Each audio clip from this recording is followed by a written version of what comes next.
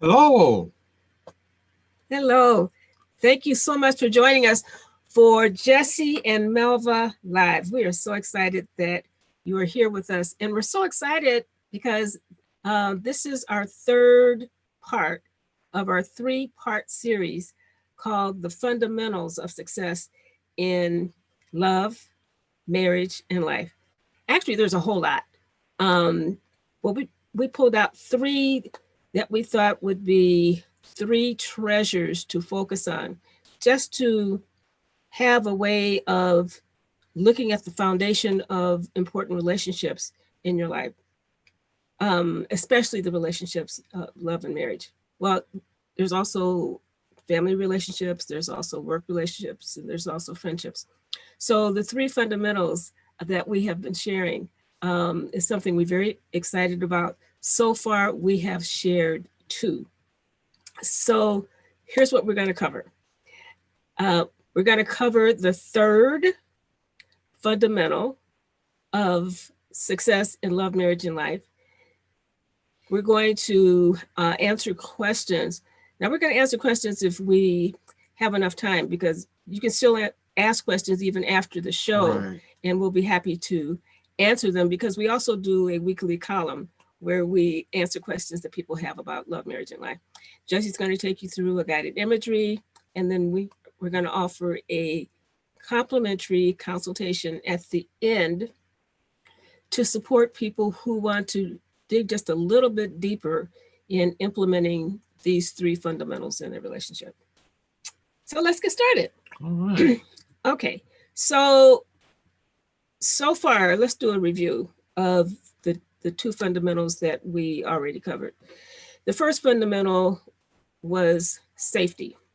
And we start off the fundamental with the word be, because each fundamental represents ways to show up in relationship no matter what is going on.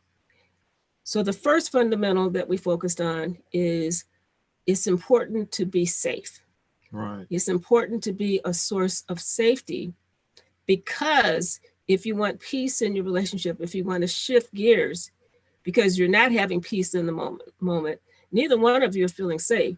It only takes one person to turn things around by becoming safe, calming down, and we gave you 5 steps for how to do that in fundamental number one. And then there's fundamental number two, be understanding. So what we know is that people have two different realities, and sometimes those realities crash. And until people know what's going on beneath the surface of the other person's reality, then conflict continues. It becomes the name of the game. So being understanding of another person's reality, and it helps to strengthen that foundation of connection, That's the other part of the game as well. People want to feel connected to the people who are important to them. So let's. Are you ready for fundamental number three? I am. Are you ready? All right. Fundamental number three is compassion.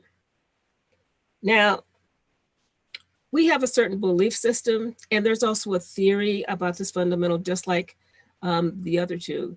And what we're going to do is share a little bit about that with you. And we're going to give you some information about how we applied it.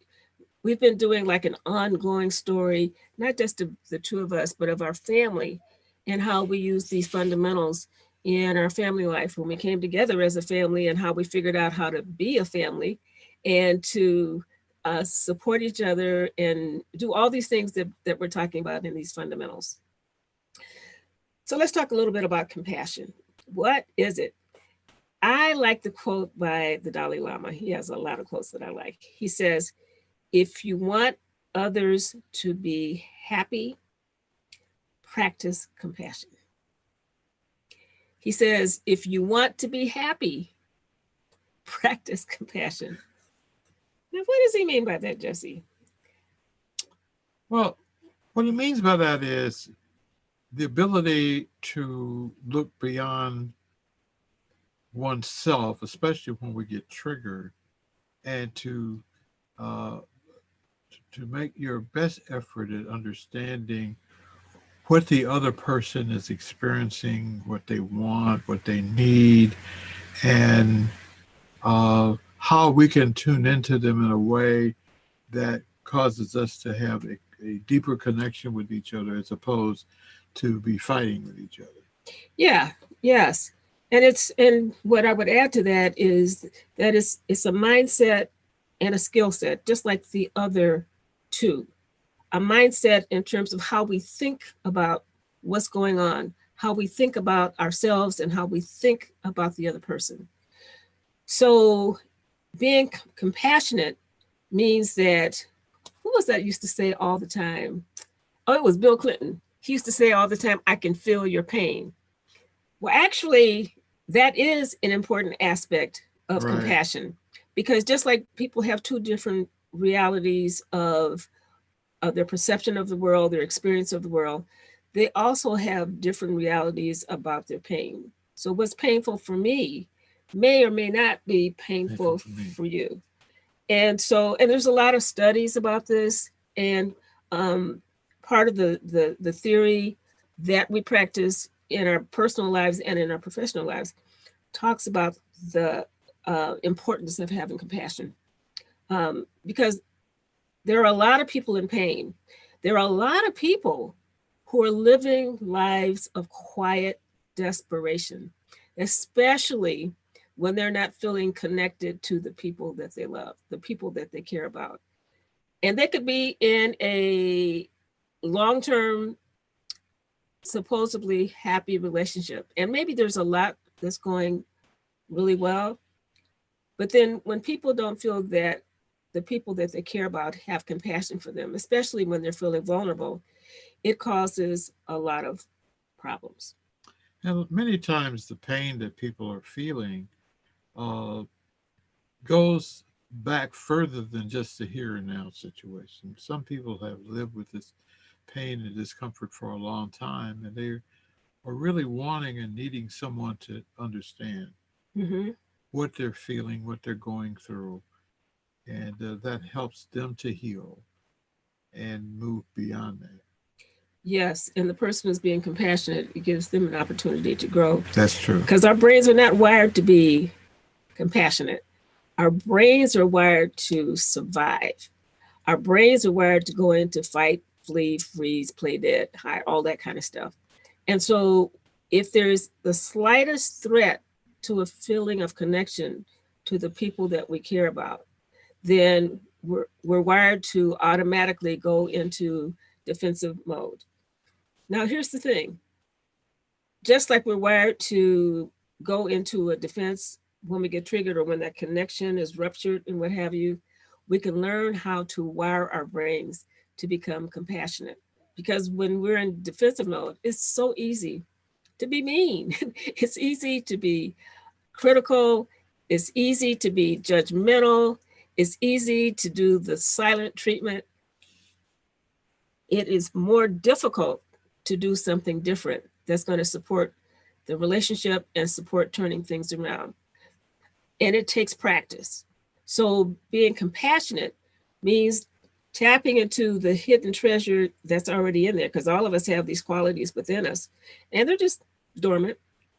So we want to wake them up and develop them like a muscle, so that over time, becoming compassionate, becoming understanding, becoming safe becomes the natural thing to do. Because I know when I'm working with couples, and I think you have noticed it too, and probably in our workshops too, that we have the structured way of supporting people to shift gears when communication breaks down or when the relationship breaks down. Because we know that if a person keeps doing what they've always done, They'll keep getting what they've always got. and people don't believe that, they insist that doing it their way, being defensive, insisting that the other person is going to change, that is the rule of the day, and it is not. That pattern has to be interrupted. Before you can change it, you have to interrupt it. And the reason why you have to interrupt it is because when a person is flooded with emotion, there is no logic available, no logic at all. So you have to be thoughtful to become intentional. You have to be, you have to decide that that's what you want to do. It's important to know and be in touch with and to focus on what it is that the individual can change, because you can't change the other person No.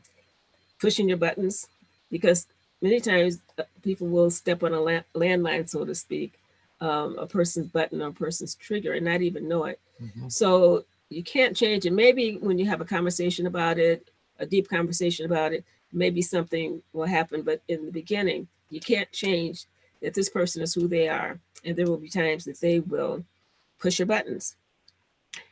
Cannot change that emotions will be activated when you're upset, Right. even the slightest bit.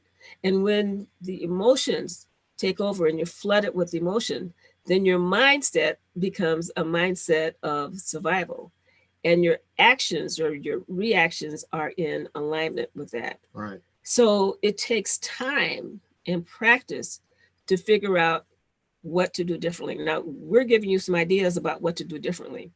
Now, knowing it and doing it, that's two different things. Because you're talking about interrupting something that's deeply wired, hardwired into your brain. So let's talk a little bit about some steps that we took. Now, the steps that we share with you that we took, now I'm not saying that we figured out these steps naturally, because we didn't. I'm also not saying that we sat down and figured it out. I'm saying over the years, when I think about how to be successful in relationship and staying on track myself and looking at what it is that worked in the past and what it is that I want to do more of, it's those pieces that I put together. Because Jesse and Paul and Brian and I, we didn't sit down and say, okay, we're going to do this and we're going to do that. No, we didn't do that. But over time, especially in the beginning, and then became just natural for us through those family meetings that we just had practice doing it. And so this is what developed in terms of what I figured out. So what is the first thing that we did? So the first thing that we did, you want to take that one? Yeah. Okay. How we became more compassionate with each other was since we already decided to become more uh, intimately safe and understanding the of ourselves and each other, we added a positive intention to become more compassionate and empathetic. Now, what that means basically is that we decided that we didn't want to continue to do what we have done in the past, which is to be uh, in a reactive, uh, angry, upset situation. That we were going to be understanding of each other, and what that meant was we had to be compassionate and understand each other so that we could move beyond all that. Yeah, yeah. We decided. We made a decision. So that's the first thing. So then the second thing that we did, we aligned that intention with our relationship vision. Now, the relationship vision was as simple as this. What is it that you said? Because the times that things got a little hot, um, you said, we're going to have a family. Oh, yeah. What else did you say about that? Yeah, I said we're going to have a family and we're going to be happy and we're going to enjoy each other. We're going to enjoy life. We're going to be supportive of each other in terms of what our individual dreams are. And we're just going to have a magnificent life and a magnificent family. And he said that over and over again. People could be so angry with each other, and then he would interrupt the pattern because this is what he would say. No, we're not going to do that. This is what we're going to do. So that was the second one. So the third thing that we did was, Let's you take that one. Yeah. So we implemented the third step of the couples dialogue. So we talked about the couples dialogue before, and actually these three fundamentals are connected to the couples, that structured tool that we have to support people to feel safe and to be more understanding of themselves and others. The third step of that dialogue is empathy, being more compassionate. And so, and again, we didn't do that formally. We just figured it out. And later on, when we learned the thing about the dialogue, we figured out, oh yeah, but that's what we were doing. So anyway, so the empathy part of the dialogue is about imagining being in the moccasins of another person, imagining being in their world, their inner world, and what it's like for them when they are experiencing whatever is going on between the two of you. Because oftentimes it's really different. And we alluded to that when we talked about understanding and sometimes the clash of two realities. Right. And when you have an opportunity to, often say to couples that when you are having a safe conversation, that is so important to understand what's going on in your country of reality as well as the country of reality of the other person. So when you are implementing these three fundamentals, you are actually crossing the bridge from your country, the reality of your country, to the reality of the country of your mate or the other person that you're connecting with. And you're going over as a visitor, as a tourist with curiosity, learning about discovering what is going on within them, how they are processing the whole situation. While you're over there, this discovery includes their vulnerability, where they're hurting, the places where they're scared, what it is that they want in the moment that they may not even have language for, Right. that would support them to repair whatever's going on so that you can restore connection. Now, it means that now you don't give up citizenship in your country of reality. You're just going over to gather information. And with that information, then you can make sense out of it, which is the step was the last time. And you can imagine the feelings that the other person is having. What I like about empathy and compassion is that you don't have to be accurate. The most important thing is to imagine what it's like, because if I say to you that I imagine in that situation, beneath the anger is the hurt, the fear, and then the unmet need and the desires. I imagine if I said to you, and I have, and you have to me, that I'm imagining that you may have been feeling disappointed, misunderstood. Yeah, not cared about. Right. So it's just saying those words. Oh, and then asking, are any of those feelings accurate? Because we also have this thing that we call the 11th commandment, that when you are imagining something or you're making an assumption, then you check with the other person and ask them if it's accurate. Then you check it out. Is that accurate? I mean, when I was the recipient of that, when Jesse was asking me and imagining what I was feeling, I mean, he already did the first two steps.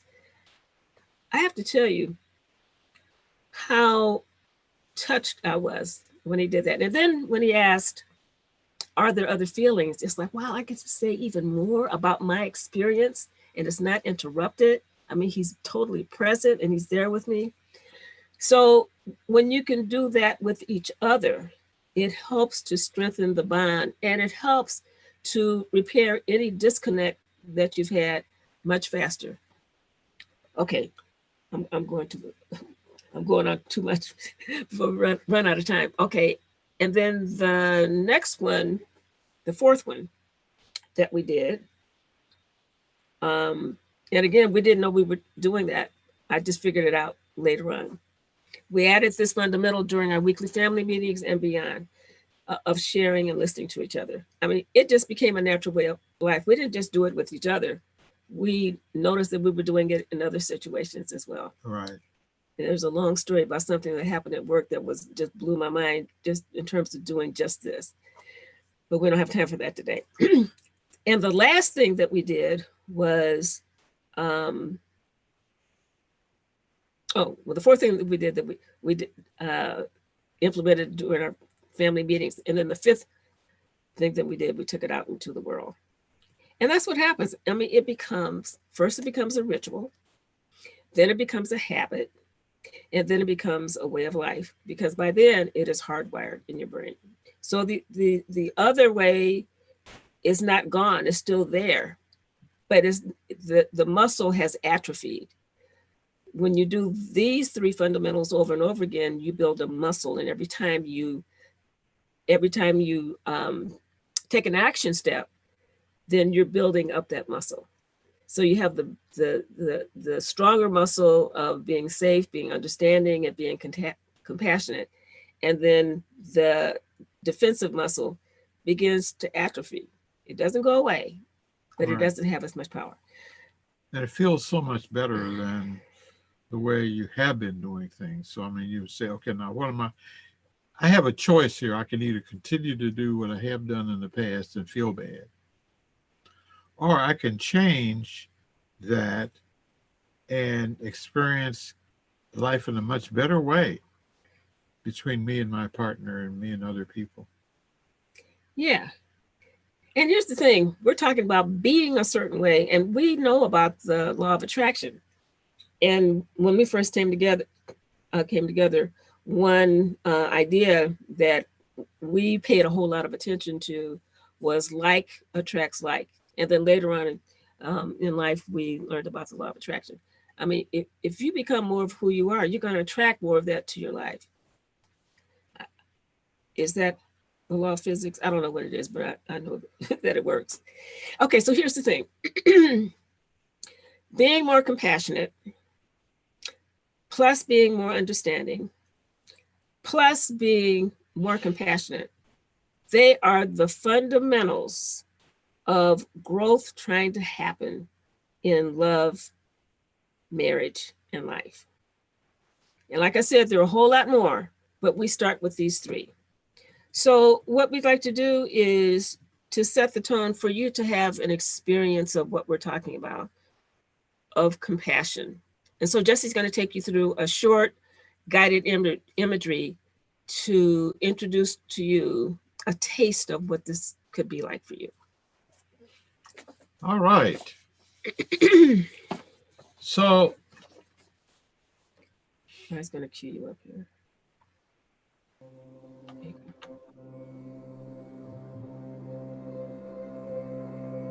So we invite you to close your eyes and take a couple of deep breaths. Breathe in through your nose and out through your mouth.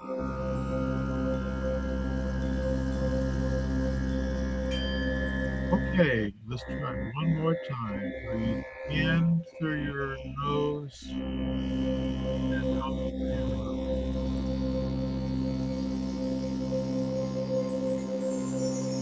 Now think of a person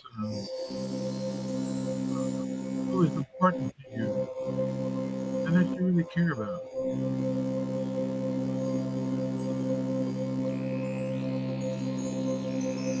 And when you think about that relationship situation, bring that person into your awareness and take a couple additional deep breaths.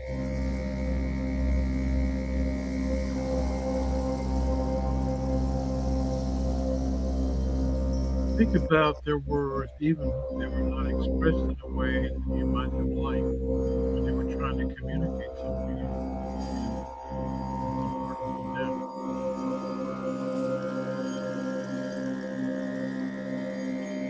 Think about what they were really trying to say. They were filled with what?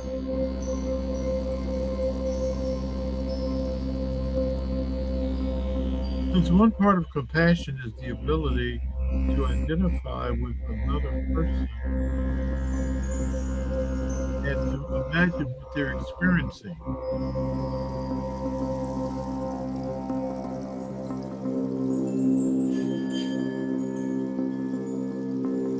What hurt do you imagine that they were feeling? What fear do you imagine they were feeling?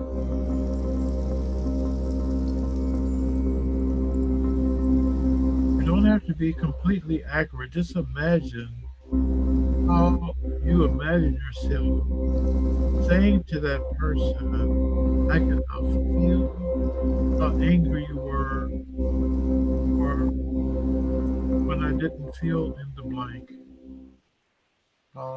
you feel it in now. What do you imagine that they were feeling?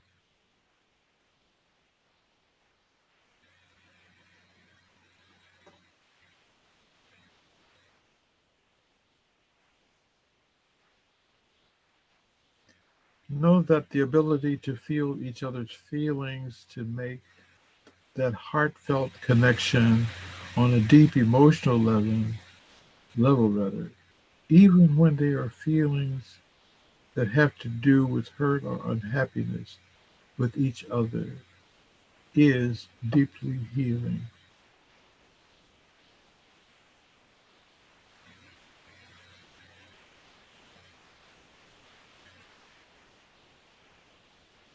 Ask yourself if you're willing to retreat from the conflictual situations and implement the reflector or reflection steps in order to prescribe the first series of fundamentals: safety,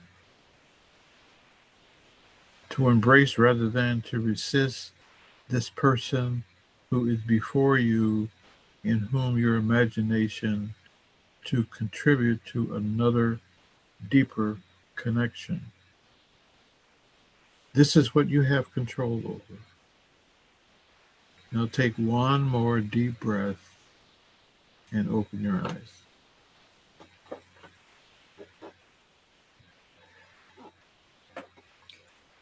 And we'd like to hear about your experiences in the chat. Um, and also you can, what is it? We have the chat and we also have, well, the chat, because even though we didn't have an opportunity to have an exchange, we will still follow through with this. And also, we have a private Facebook group called Tips for Success in Love, Marriage, and Life. And so we invite you to join that group too, because we are becoming more interactive in that group and answering questions and what have you. Okay, so now you have all three fundamentals. And so we ran out of time to do questions, but what we can do at this time is to let you know that we are still offering consultations. 5 couples a week. We're scheduling 5 couples a week for the next few weeks because you have all counsel, you have all fundamentals.